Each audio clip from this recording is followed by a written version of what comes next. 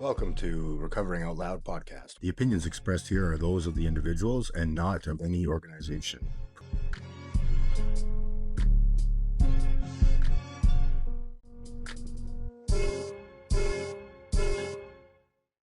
Let's do it. Tom, thanks for coming on, man. Yeah, I appreciate you.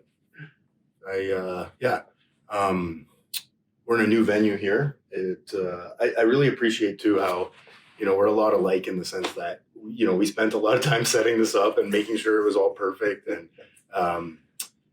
it's just funny. Like as addicts, I feel like a lot of us, it has to be 100% perfect or you know what I mean? It has to be, there's no in the middle. There's no middle ground, right? We're very black and white thinkers. And I just appreciate that about you. So thanks for coming down. It's good to see you.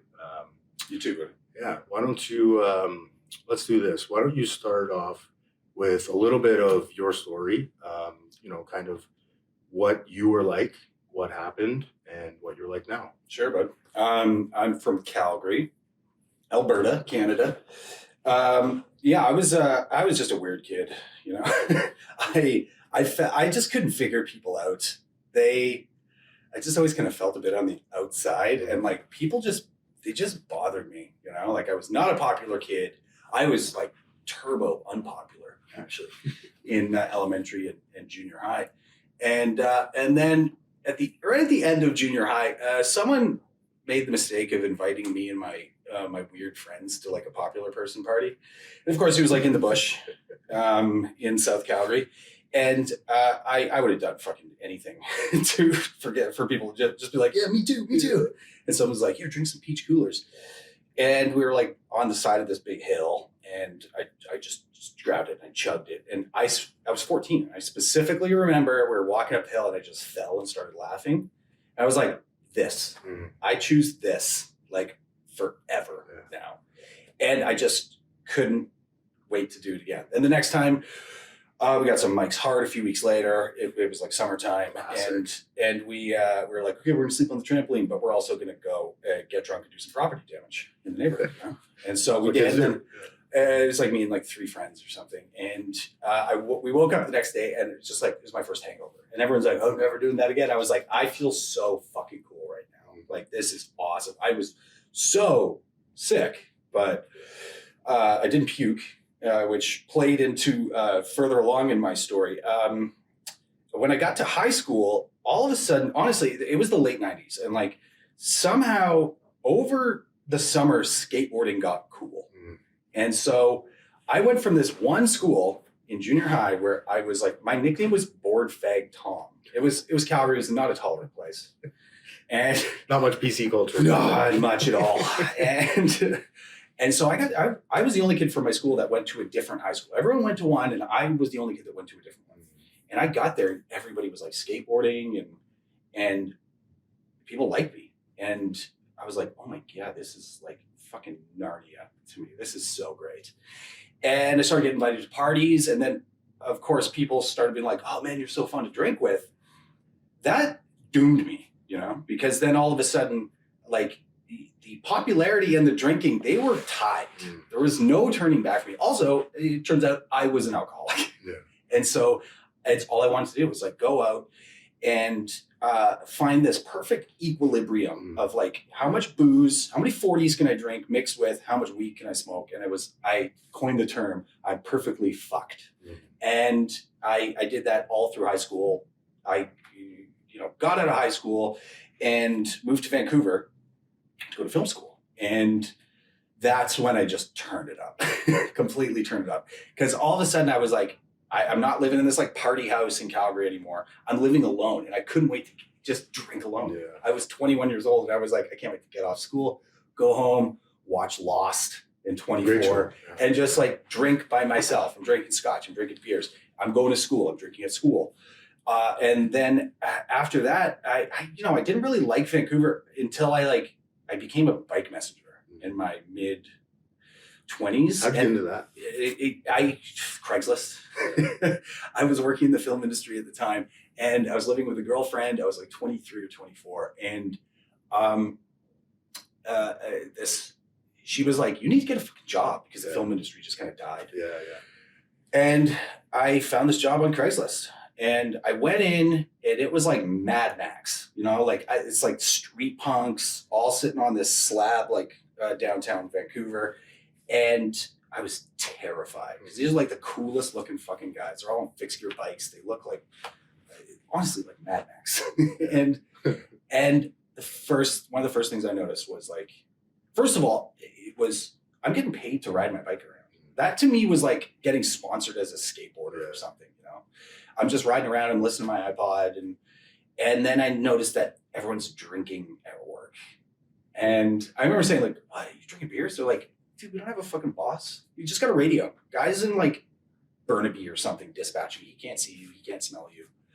And that was it. I just started drinking at work. And the thing with being an alcoholic is that, like, for me, progressions like that, you can't turn back from that, When you start waking up and drinking, there's no going back. There's no like dialing it back. You're like, oh, those are crazy times. It's going to escalate. Yeah. And so I did that, and then I ended up making a documentary about bike messengers. My co-director he had a penchant for ecstasy, so we shot tons of it, just like ripped on ecstasy. It's a very colorful film.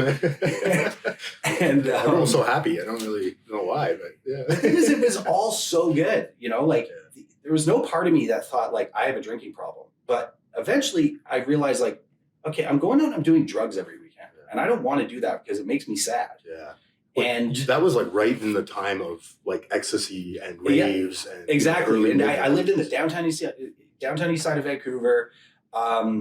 And like, it was just fucking hipster heaven back then, Yeah. And like, we'd all worked at American Apparel, and it was, I spent some of my 20s living in this like dilapidated 8,000 square foot warehouse. Oh, wow. Like no heat, no hot water, but I paid $250 a month for that. Like we had a half pipe in there. Like it was fucking awesome. It was chaos. It was great.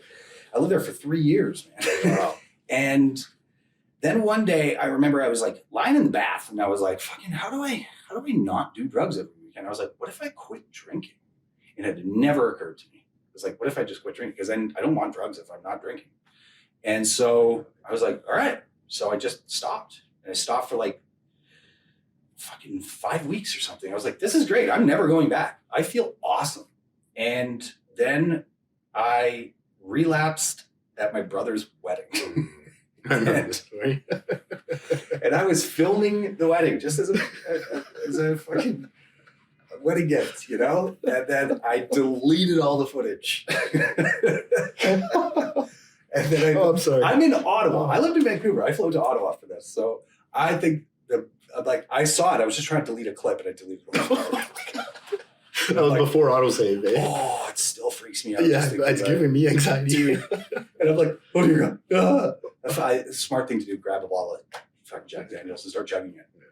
I'm crying. I'm losing my mind. And then all of a sudden, I'm like, somebody just give me some money. I'm going to go back to a hotel. I didn't go back to the hotel. I went and smoked crack with homeless people downtown. Next best thing. That was the smart thing to do. And then somehow I ended up back at the hotel room that I was sharing with my dad. I found out later, like a month and a half ago, that I actually punched him in the face. So he got amends recently for that. But then when I got back to Vancouver, I realized, okay, this is a problem. So I called up my buddy Noof, and he had a bit of sobriety, months or something, and he'd always been trying to get sober. And I was like, all right, take me to a meeting. And I started going to a few meetings, and things started getting good. And I got a job in Toronto. And so I flew out here and instantly was like, wow, I was working in advertising, and there's booze everywhere. And I was like, well, I got to get to know people. So I'm going to drink for a little bit, and then I can always go back. That's fine. It wasn't that bad anyways. No. Eventually, I realized I hate advertising. And so I went back and became a bike messenger again. So just right back into that life. And also, like, compared to Vancouver messengers, Toronto messengers, I was like, you guys are soft. It's like, I'm going to turn this party up. And a lot less hills around here too, right? So many less hills. And so I just fell back into it. And then I kept saying, all right, I'm going to quit drinking. And it was another 10 years before I finally got sober. And in those 10 years, the problem for me was when I decided that I was an alcoholic and that was a problem, ruined drinking for me. Yeah. Like it was done. Because then every time I drank, it was like, I'm doing something wrong. And I was bummed out. I was like, I can't believe I went to that fucking meeting for the first time. Like, I could have been happily drinking, but I always aspired to get sober. I was like, okay. The seed was planted. Exactly. But then also at the same time, like I started filming, I linked up with like a big band, like a big famous Canadian band. And I was touring around with them, making documentaries and stuff. And like, I was choosing jobs that, as a filmmaker, that it wasn't out of place for me to be drinking in the afternoon. You kind of fit in. Exactly. In. Yeah. And like, I'd be sitting on the tour bus and we're in like Zurich or something. And they're like, I'm like, oh, time for beer. They're like, yeah, it's noon. Cool. They don't know I've already had 7 beers. Yeah. Right? And I've got like beer and drugs like hidden in my bunk and just holding on, you know. And then I started dating a coke dealing runway model. That checked 2 of my boxes right there, you know. And I was like, how do you say no? We became really good friends. And then I fell into the fashion industry. That's just filled with blow. And it was just a 6.5 year toxic relationship, you know. And we broke up and I moved out. I got this great apartment by myself, but she got all the friends. So I was just fucking sad and drinking by myself. And I remember one time, about 6 months before I got sober, I'm leaving the liquor store and I'm like, okay, I need to get sober and I need friends. I'm like, oh, I know where those are. All right. There are rooms filled with those people, you know? And so eventually at the very end, I had eliminated sleep. Like I wasn't sleeping. I was just staying up for days or weeks at a time. And then eventually I saw a friend, our buddy Julian. I saw him on Instagram and he just like looked sober. On Instagram, you saw on Instagram. Interesting. And I just started going through and I saw a post that he said, he's like, yeah, I'm sober. And I messaged him. I was like, help me. I hadn't slept in like 4 days. And he was like, yeah, just come with me. And so I did. And then I went into this meeting and I was like, these are my people. It was the men's meeting, right? Yeah. And I was like, everyone's just joking and shit. And I was like, this is it. This is where I belong. And then I was like, one more bender. And I went out and I didn't sleep for 2 weeks. Yikes. And were you hanging out with the shadow people at that point? Or? Oh yeah, I was just like going bar to bar in my neighborhood, and then like the sun comes up, and I'm like, oh, my drug dealer's up, and so call him. Comes to my house, and another win, and I was like, I'll go for a week. You know, I can do a week without sleep. That's fine, which is ridiculous. And then I looked at the calendar. I was like, fuck, it's been like 9 days. I was like, all right, one more day. And by the end, I was like, I'm gonna have a heart attack. I thought I was gonna have a heart attack. And actually that was the point too, where it was like, I was at my bottom. I was like, this is hopeless. I don't think I'll ever be able to get sober. And that was the first time that like suicide seemed like an option to me. And I had this clarity. I was like, no, that's it. So I woke up and I finally, took enough sleeping pills to fall asleep. And then I luckily woke up and I was like, all right, it's gotta be like 2 days till that meeting or something. It was in like 6 hours. I was like, shit. And I dragged myself back to that meeting and I've been sober ever since. So I've been sober for 29 months, so almost 2.5 years. 2.5 years. Nice. Yeah. That's awesome. Yeah. I mean, you mentioned a lot there that I feel my body, like, one, getting excited. Yeah. And then 2, relate, like, just, like, I know how that feels, a lot of it. The no sleep thing, man. That was like coke mainly, or were you doing all sorts of other stimulants and stuff? No, it was coke. Yeah. I had one time where I tried to fall asleep, and so my ex-girlfriend gave me a Xanax, and I lost a day. You just forgot, right? Fucking blacked out. Yeah. Apparently, I was not a nice person. I was like running from party to party, and I was like, everyone's trying to kill me or something like that. No, benzos are scary, man. Yeah. I had a tough run with them, and people around me would always, and I don't remember this. One of the things I read about benzos is what they make you do is, one of the side effects is you have this sort of false feeling of sobriety. It makes you feel more sober than you actually are. Yeah.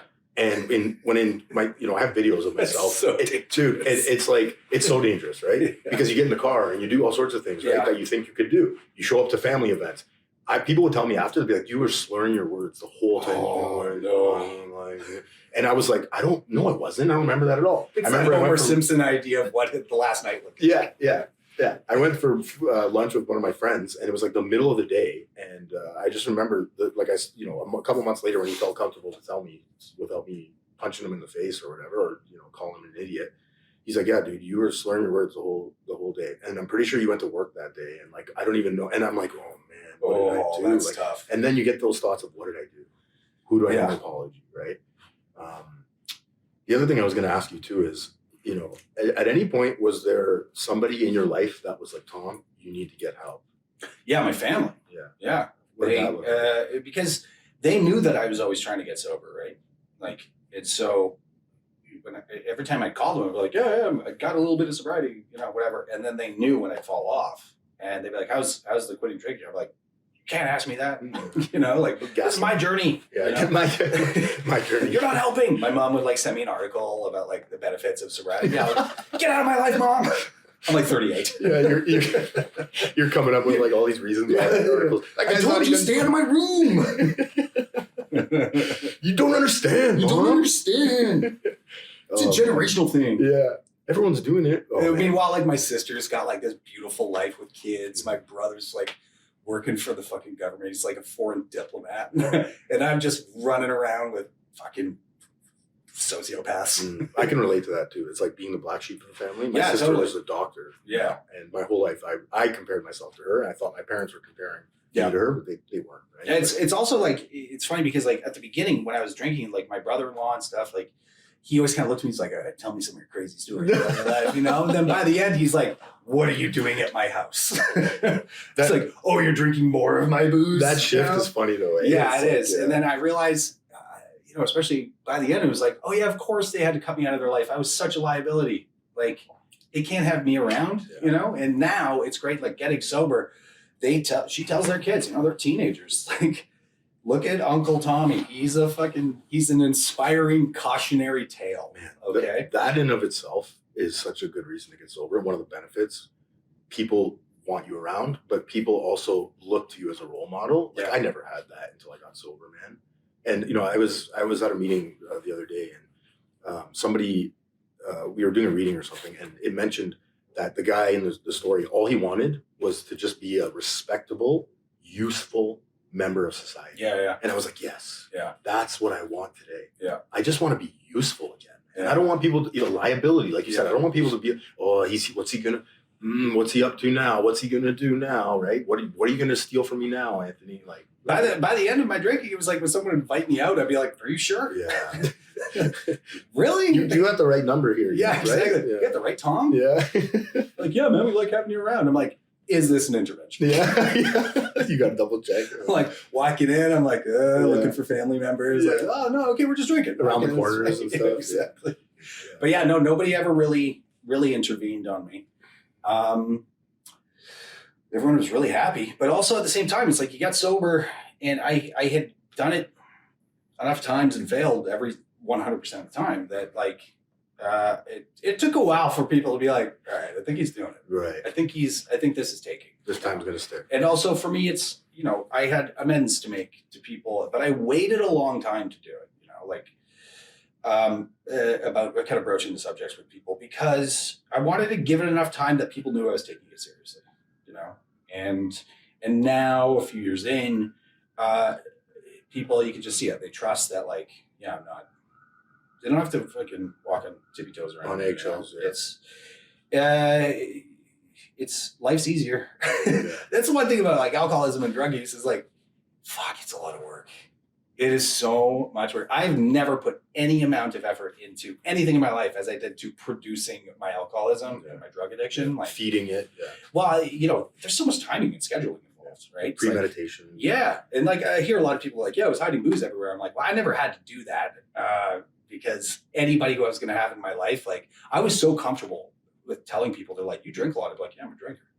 What are you going to do? Like I work in the arts. Yeah. It's part of my process. Yeah. If you don't like it, get out. Right? So many people. Part of my process. Yeah. I had this one tour manager who like manages a tour for a band. Like they got a crazy job. This guy was in recovery. He was like 5 years sober, watching me run around like a maniac. He knew exactly what was going on.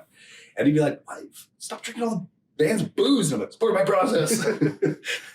Why do you have beer stashed all around the show? It's an hour-long show. Yeah. Like, why is there a beer there? It's like, well, because then when I shoot over there, chug beer. Chug beer. Yeah, that makes sense. It's like an obstacle course. And the obstacles. He and I have become friends since. We hated each other back then. And he was like, I'm so surprised you survived. He was like, I was watching how much you were drinking and everything, and like, you didn't fuck anything up. I was like, that's how much effort I was putting into maintaining my my alcoholism, you know. And this I saw image. other people who were making all these mistakes in their lives, and I always made note of it. I'm like, don't do that, and then I can keep drinking, you know. And so, you know, going back, it's like I didn't make a lot of crazy mistakes. It's kind of like I said this to a friend recently. It's like getting sober and everything. It's kind of like in the action movie, like Indiana Jones, where it's like got to run and then the door's closing and just barely makes it and reaches and grabs the hat, you know? And it's like, oh, geez, like that's what I feel like getting sober was for me. Like I got out reasonably unscathed, you know, like my liver was damaged. My heart was in a bad spot. I was about to totally blow my life up, and getting out of it like 6 months later I had a clean bill of health. And I hadn't burned too many bridges, you know? So I got out at the right time.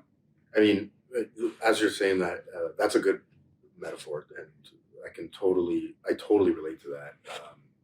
I always think about too is like if we were to reshoot that scene, I don't know what would happen. No, right? My arm might get caught in the door. Yeah, my neck might get caught. I might bring my family in with me. You know what I mean? Like it's so unpredictable. I know generally what's going to happen if I relapse again. Yeah, but I really don't know the outcome.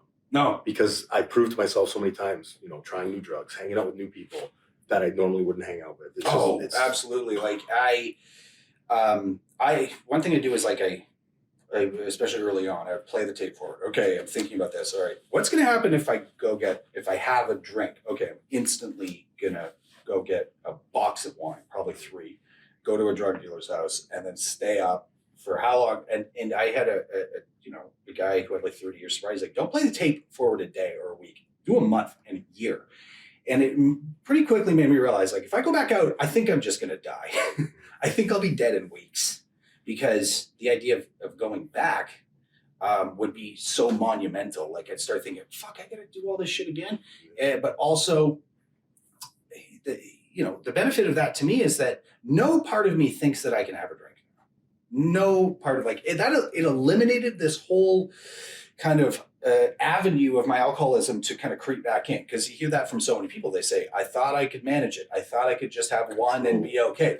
Zero part of me thinks that that's possible. And so if I were to relapse, it would be because it'd be like, I would have I guess chosen that I'm going to burn my life to the ground.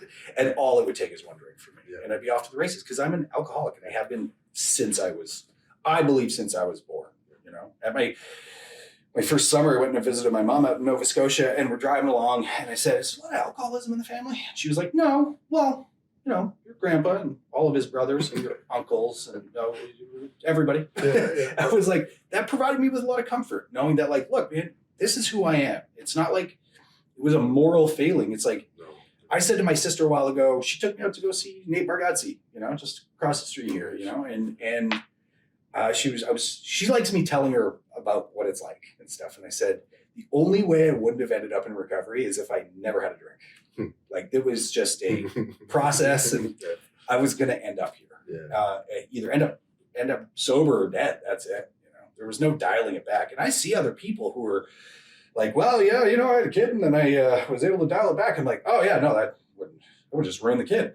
You know, that's the direction I was going in life. Like I didn't give a shit about what was going on around me. Like it's not just the booze and the drugs. I like the chaos. Yeah, me too, man. I woke up every single day being like, I wonder if today's going to be not the best day of my life, the craziest.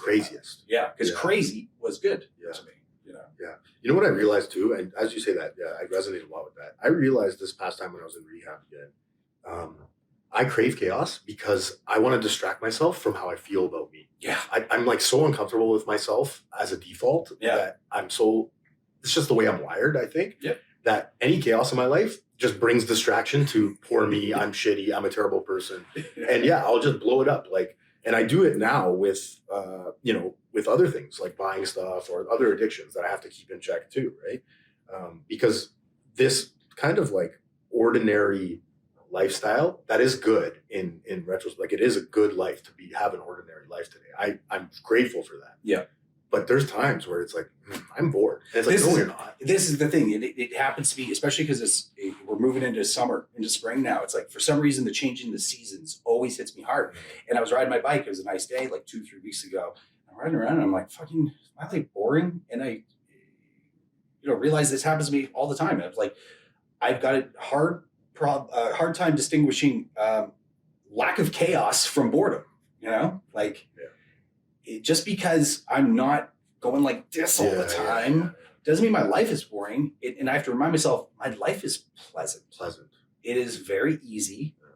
I'm a freelancer, so I barely have to work. Like, I used to have to work all the time because I've saved over $60,000 in the last 2.5 years. Like, I got that little counter, And so now I'm like, oh, what's going on, man? I'm not getting any work. He's like, oh, I don't have to work. If I want something nice, I'll go shoot something or whatever. But right now it's like, bills are paid, credit score is fine. I can just, maybe I'll watch 2 movies in the afternoon. That's fine. Do what I like. My big addiction that I transferred over, just Candy Crush. Is that game still around? Oh, it is, buddy. I remember that. I'm almost on level 12,000. Does it ever end? Fucking hope not. So it's like a journey, not a destination. It better not, man. Because if that happens, I'm going to burn someone's office down. Yeah. Oh, that's great. That's great. That's a great story, man. If you were to say, like, as of right now, because this probably changes, but what is one of the great or the greatest gift that sobriety has given you? What would you say? Me, it brought me back. Like, my sponsor said to me recently, and I'd never heard this. It's like, recovery is just, you're recovering yourself. You're recovering an old version of yourself. And I had a big, getting sober, I thought so lowly of myself. And I was like, I was such a piece of shit that I was like, what if I get sober and the dude that I turn into sucks? Yeah. And then I realized, a big part of my recovery is helping other people. That is such a win-win for me. Like, okay, what keeps me sober? Being nice to other people. Who wins from that? Everyone. And so the more that I was helping other people, I was like, oh shit, I'm actually turning into the person that I always aspired to be while I was drinking. And so the best thing that's happened is that, like, I like who I am. Yeah. I genuinely do. And it didn't take that long. It took like maybe 8 months before I realized, like, I said to myself, I was walking up to my apartment after I just had a long walk with this girl who was trying to get sober. And I said, I like who I am. And it occurred to me, I haven't been able to honestly say that about myself in decades. And I would say, a big part of being fucked up, and like, especially with cocaine and stuff, I'm looking in the mirror like, you're the fucking best, man. Look at you. Yeah. Your hair looks great. Yeah. This is great. Look at this shirt. You're fucking killing it, buddy. I'm great. This lies.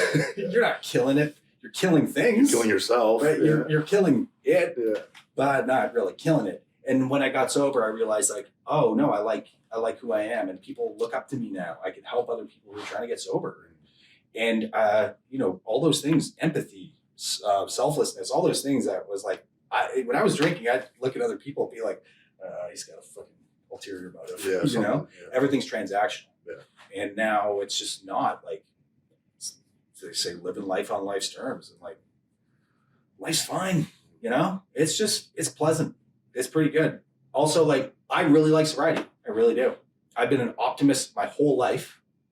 It almost killed me because while everything's burning around me, I'm just like, this is good. Yeah. Everything's fine. Yeah. It's like that meme of that dog. Yeah, I was thinking that too. It's just everything's on fire around him, and he's like, this is fine. That was decades of my life. And early on, I had a friend who said, that's my buddy Noof. He said, look, there are 2 ways to get sober. It's like, fucking get a sponsor, go to meetings and stuff, and like, you're gonna get sober. Okay, if you do the work, you're gonna get sober, or you can do it all with a big fucking smile on your face. And it brings me back to this quote. I can't remember who originally said it, but it said, my dad told me years ago. He said, look, optimists and pessimists die the same, but they live very differently. Huh. And I've always been an optimistic person. I made a decision in my late teens that said, I'm just gonna be happy. And I was happy, even when I was drinking, even when I was like at my lowest, I was still happy because it was a state of mind to me. I just wasn't the kind of happy that I wanted. And then getting sober, there's a lot of questions. It's like, am I happy? What am I? What is happy? Is my name even Tom? What's yeah. And then And then I realized, oh shit, I can be happy, you know, because getting away from that obsession of booze and drugs, that it's like you realize you've been dragging around a ball and chain, and all of a sudden someone snaps that thing off your ankle, and I was like, oh shit, I can do anything I want with my life. Yeah. Like, and it doesn't have to be dictated by like, Substance. is there booze and drugs? Yeah. You know, I started listening to a lot more like fucking EDM music. I was like, I think I'm gonna go to some EDM festivals. Yeah. Like, I'm gonna go see Tomorrowland or Nice. something. Like, I think I'm gonna go on like a sober pilgrimage almost. Yeah. Like, Have you been to any shows like that sober? no. Oh, I've been to tons. It's a good time. Yeah, no, I'm looking forward to just doing kind of stuff like that. Also, like, I started drinking heavily when I was like 15, 16 years old. And when I got sober, first of all, I was like, what the fuck, man? I'm 39? Like, whoa, what happened? Yeah. But also, you know, I started moisturizing and stuff. And Yeah. I was like, oh, I still look pretty good. And then I realized, oh, I feel like I'm 16 years old again. Like, there was no progress for me, really, emotionally, spiritually, anything, in those 25 years of drinking. Yeah. And so when I got out, I was like, it was like, you're worried about turning 40? I just turned 40. I was like, I love my 40s. This is great.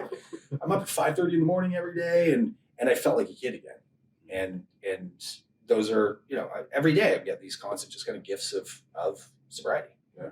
Yeah. You mentioned, you know, you said something. You said, I'm not sure if I'm going to like the person I'm going to turn into.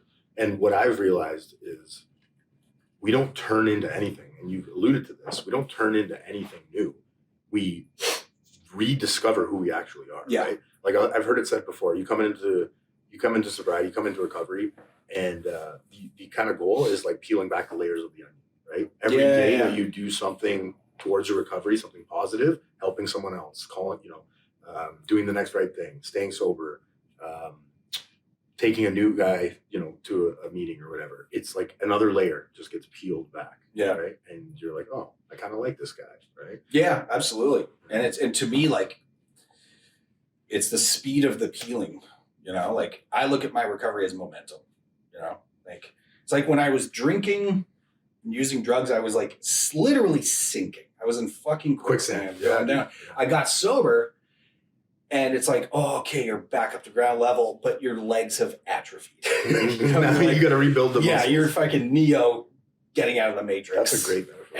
And all of a sudden I'm like, fucking, I don't know how to walk. And so I surrounded myself with other alcoholics, and they're like, I had done everything in my life drunk. I woke up and I drank, and I did that for a long time. Like before I had to go into a fucking meeting at an advertising agency or something, I would chug a bottle of wine because that got me normal. It was your medicine. It was our medicine. Exactly. And so I had to relearn how to do everything in my life, including have a conversation.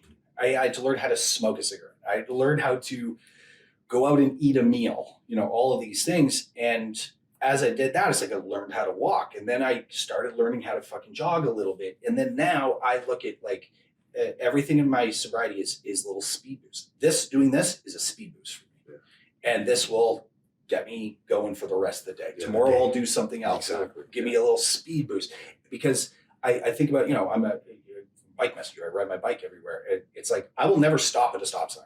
I will slow down and I'll look and I'll keep going. It's called an Idaho stop. Because if I stop, it's so hard to start going again. But if you keep a little bit of momentum, it's easy to keep going. If I fucking am by myself in my apartment for 5 days or a week and I don't go to a meeting and I don't talk to anybody, it is so hard to start going again. Yeah. And so as long as I keep my speed up, then I can directly correlate when I am working a good sober program to how happy I am, which also helps me out a lot in that if I feel that I'm fucked up in my head, I'm like, what's wrong with me this week? And I'm like, I know how to fix it. I know exactly how to fix it. It's do stuff like this. It's go to a meeting. It's just fucking go on a bike ride with someone in recovery. It's whatever. And then at the end of the day, I'm like, yep, that was it, you know? And to me, that's just win-win, you know?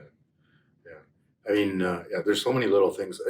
This one day at a time theme is coming up in my mind right now. It's kind of like sales. I think of it when you're in the sales industry.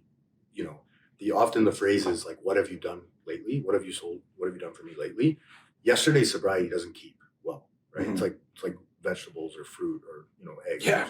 Like you got to keep renewing it every day. That's good. You got to clean out that crisper. Yeah, because like yesterday's sobriety is not going to do shit for me today. No, it's not. I have to start over again, and that's not a monotonous like major hill to climb. It's just a one step at a time. Yeah, it really is like, to me. You get in and there's all these slogans like one day at a time, and works if you work it, turn it over, all that shit. And to me, the only thing in my head was like, I can't believe I can never drink again for the rest of my life. And it was like, oh, that's what one day at a time is. A friend of mine said, look, man, the world record for fucking staying sober in a day is still 24 hours. No one's beating it. No one's beating it. I've never heard that one. He's like, just get to bed sober. Yeah. And that's what I tell people. Yeah. I don't tell people one day at a time. I'm like, get to bed sober tonight. And what are the things between where you are right now in your day and bed? What do you have to do? What do you want to do? Can you handle those things? And then just get to bed. And every single day, especially early on, when I was still like counting my days, it didn't matter what I did in my life. Like, was I productive or not? No, I made it to bed sober. That's the most productive thing I've ever did in my entire life. That's it. And the little wins to me are gave me little speed boosts. Like I love how low of a bar we have set for ourselves. Like, I got a friend who he's like 5 months sober now, and he's like, dude, today I fucking cleaned my apartment and it made dinner. I'm like, that is so good for us. Gold star. That's what I like about hanging out with other alcoholics too. We're like, yes. Whereas someone else would be like, do you have a head injury or something? Yeah. How is that a thing? I've been doing that every day. It's like, you don't get it. There's something wrong with this guy. We've set the bar so low for ourselves that, like, when for me, I 39 and get it, I'm like, it's almost like getting plopped in like just a new country and be like, oh my God, you guys got apples here? This is cool. Wicked. And everyone's like, yeah, dude, we live here. And I'm like, yeah, but I've never been here before. Like, I've never been to this reality before.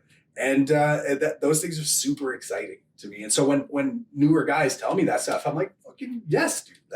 You should be excited about those things. Yeah. Anything that keeps you building self-confidence and like just excited, because like life can feel really boring at the beginning, and because we go from maximum excitement down to like, what am I doing with my life? It's like when you find little things like, oh shit, I can smell again. Like, yeah, dude, I can hold on to that. Or I'm not blowing out chunks of flesh every morning. I was talking to someone in the program who had the sniffles recently, and they're 8 years sober. And I was like, sniffles? She's like, no, my nose never recovered. And I'm like, me too. Oh, wow. And I don't miss that. That was annoying as hell. People looking at you all the time. Oh, geez. I'm sick. I'm just sick. Yeah. Oh, the amount of times that I had a food poisoning was so I couldn't make it in. Or, dude, remember that it's 5 a.m. You got to be somewhere at 8, and you still have booze and drugs. And you're like, I'm going to fall asleep. And you have to make that choice. Do I show up and risk my career, or literally do the responsible thing and not show up? Like, if you've gotten to the point where the responsible thing is to bail, you're not in a good place. There might be a problem. There might be a fucking issue with the things that you're doing. And there have been so many things that I've been looking forward to for months, days, weeks, whatever. And then I fuck it up the night before. And I end up just having to bail on it, I mean, I vividly remember those nights of staring at the clock and negotiating with yourself. Yeah. Okay, I can fit in one more and I'll get an hour of sleep and then I'll show up to work, and it's just insanity, man. And it's like, insanity. I should be sleeping, having dreams right now, not thinking about I should have been in bed 9 hours ago. Yeah, even that. And then you hate yourself because you didn't make that choice. And for me, I could always put it back to one inflection point where it'd be like, you should just go to bed. And you're like, yeah. And then you get a case of the fuck-its. Like, but that's no fun. Fuck it. I'm hanging a left. Yeah. I'm hanging a left, exactly. It's like and you could always just like, well, I made this choice, so now I adapt. Like, I've got to sponsor you. We were laughing. He told me, he's like, there was one point where I was actually researching what life would be like after a liver transplant. And I said, I did the same thing. Instead of saying, maybe I should make some adjustments so I don't have to lose a major organ. I can say, well, what's life going to be like if I replace that organ? Like, that is psychotic. Yeah, this is just how it is now. This is how it is. This is who I am. I like it so really. This is what's going on. Yeah, it's crazy. And now, like, the absence of those decisions, I think about a lot. And I get that from talking to other people, doing stuff like this. Yeah, right. Remember when we had to fucking make this decision? Yeah. Oh, I forgot about that. That doesn't exist to us anymore. Yeah. You know? And I did that all the time. Oh, like it's it is whatever that thing is. People don't understand how torturous it is being locked into addiction and alcoholism. Yeah. People are like, I don't understand. Like, why don't you just not drink? Be like, this is so many levels of suffering past anything you can comprehend. Yeah. You know, like every minute is a negotiation in your life. Absolutely. It's like, do I do this? How do I do this? Oh my God, I've got this amount of booze, but if I gotta go do that, then okay, can I chug this amount of booze and that'll last me until I can get that, or do I hide it? Like, I'd be on my way to go do something and realize, fuck, there's no, like a shoot. I'm filming something. It's like, fuck, there's no whiskey in my bag. And I'm in a transport van and I'm like looking at LCDs. I'm like, fuck. And I remember like one time I was like, you got to stop. You stop there. Sorry, I got a stomach thing. And I run into the gas station, out the back door, sprint 3 blocks, get a bottle of whiskey, run back, and then get in the car. They're like, you okay? She's like, just sweaty, whatever. Yeah. Like, this is with people who, if they knew what I was doing, my career's over. And to me, it was like, I was ecstatic that I was able to get that bottle of Jameson. It's like you get so used to living this double life that that's another reason why you don't know who you are anymore, because you're so used to this like altered reality of this secret life where you're like, I can't tell them. No. Like they won't understand. You know, they don't, and you know, most of the time people just want you to do well. I found. I know people want to help you, but you're so scared to ask for help. And that's why I always try to say, like, on my, you know, you have a social media channel as well, Practically Sober, it's called. And there's a lot of, I just find that this market is like, it's so important for a lot of people that don't know about recovery, because for a long time, I didn't know that sobriety was even possible. Yeah. Like, I just thought that the rest of my life, I was going to somehow manage it and plan it and adapt. And like you said, I'll just get a new liver. And there's always like, you're just always adapting. It's insane. It's insane. A big part of me was like, instead of looking into it, I was like, yeah, I'm sure there's answers somewhere. And I'll get there. Or if I'd make a little thing, be like, I'd look something up. I'd be like, hey, maybe that's an avenue I could do it. I'd be like, good for you, Tom. Yeah, way to go. Oh, I'm so proud of you that you're going to quit drinking soon. Soon. Always soon. Tomorrow. Yeah. I was constantly proud of myself that I was going to quit drinking. I'd be like, this is the last bender. Good for you, man. You deserve this. Way to go. And then the problem with me thinking that I was going to quit every like week or something was that it was always like, all right, this is one last time, you know, this is one last thing. Let's get a fucking bender tattoo this time or something. And when you think it's the last time, you do stupid shit.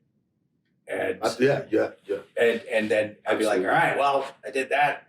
Luckily, I'm not doing that shit anymore. And then 2 weeks later, it's like, well, I'm not done yet. You know, let's be realistic here. I remember one time I was like, all right, I'm quitting on New Year's. But then I stayed up until the 3rd. And because I did that, I was like, well, it's not, this isn't pure.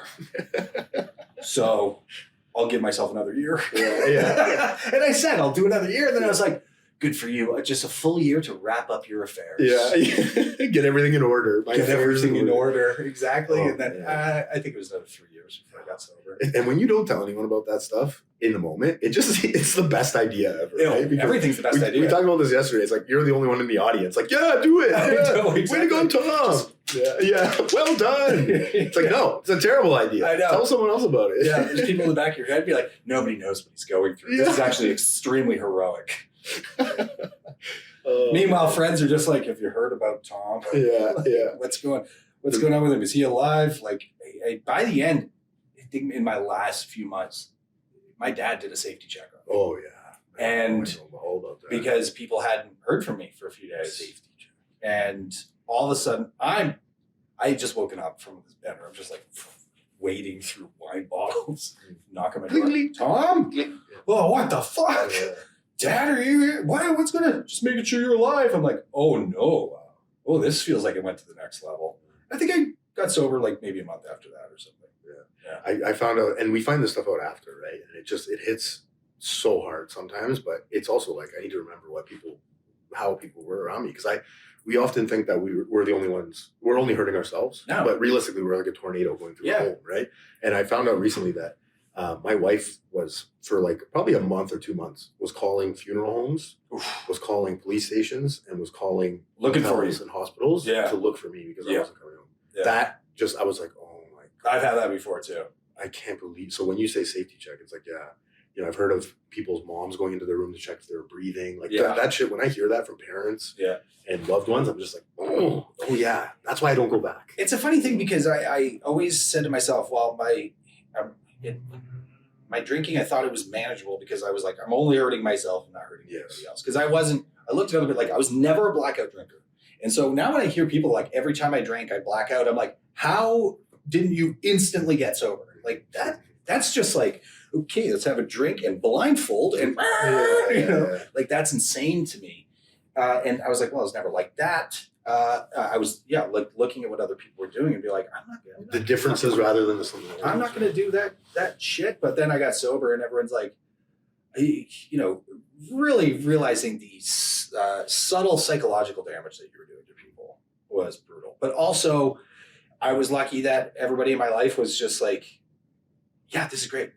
This is awesome. Like I took a step back from my like social group for a while. And then like about 7-8 months, I started hanging out with a buddy and this married couple. And we started going for bike rides. They're like, we like this guy way better. I was like, okay, good. That's good. You know, and now they're like two of my best friends. Yeah.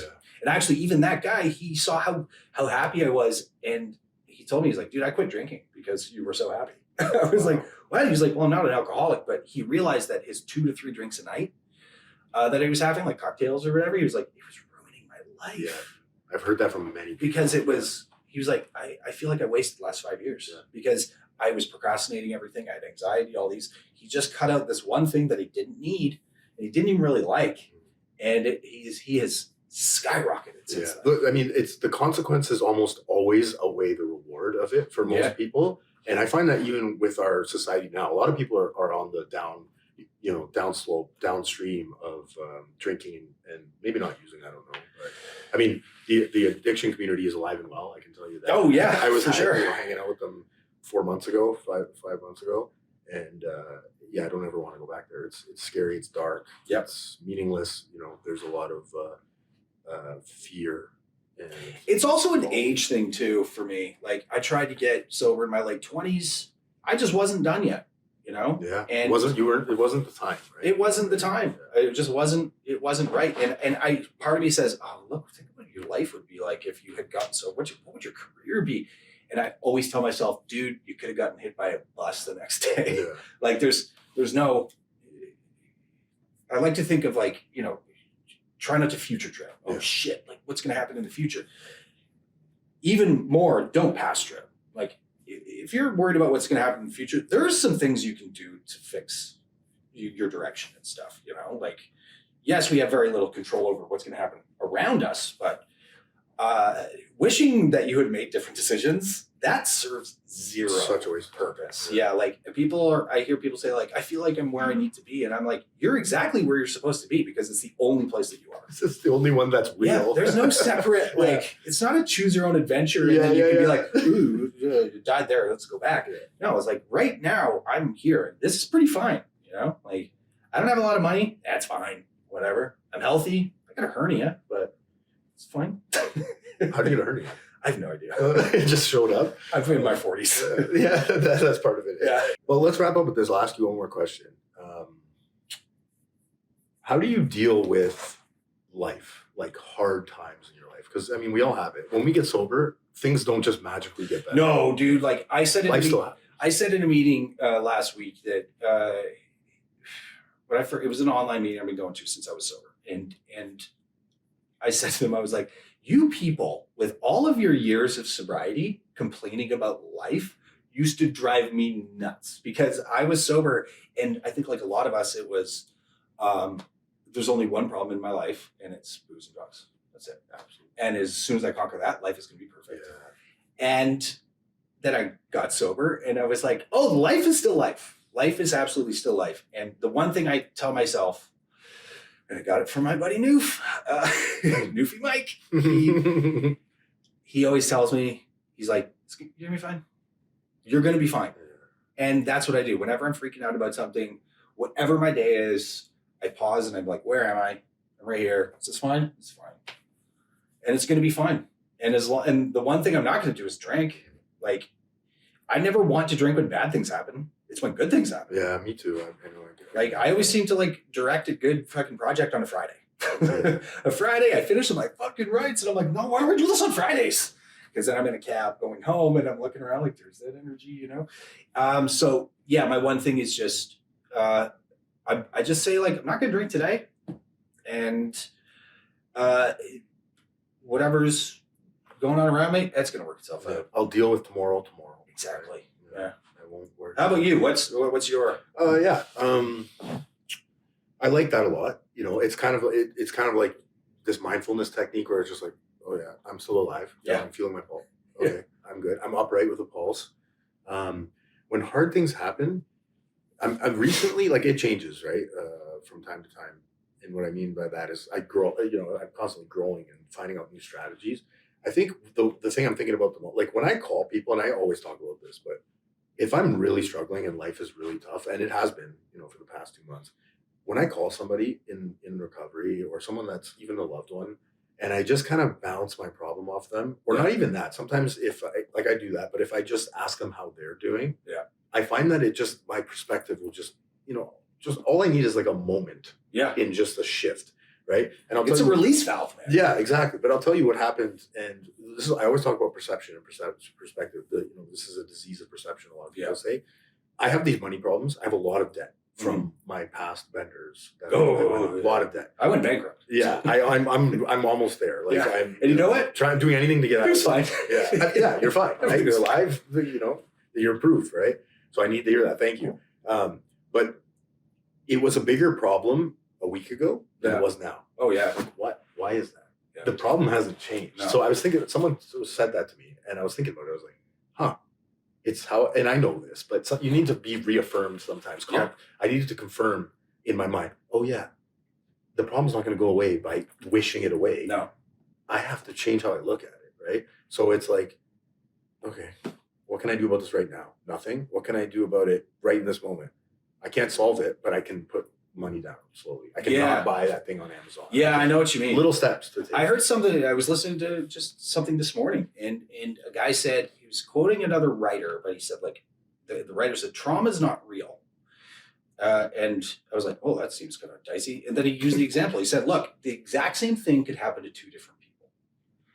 And one person is like, they let it affect them like crazy. And the other person would be like, whatever, you know, like, it's just us. It's how we perceive it. And for me, just trying not to, I am capable of really making things bad. In my own head, we all are, that story, right? Yeah. And so bouncing it off somebody, dude, that affirmation from other people, we've been like, oh, this is going to happen. I think my life's over. And they're like, yeah, but what if it's just not? I'm like, oh, I didn't think of it that way. They're like, what if it doesn't matter? Yeah. And I'm like, oh shit, it doesn't matter. Yeah. Like, a lot of things don't matter. No, that's true. They really don't. Yeah. And if time heals, dude, like, it really does. Like, I like the idea of, like, what do they say? A problem shared is a problem half, right? Yeah. And, like, you ever try to move a couch by yourself? You're fucked. You can't do it. You can't move a couch by yourself, you know?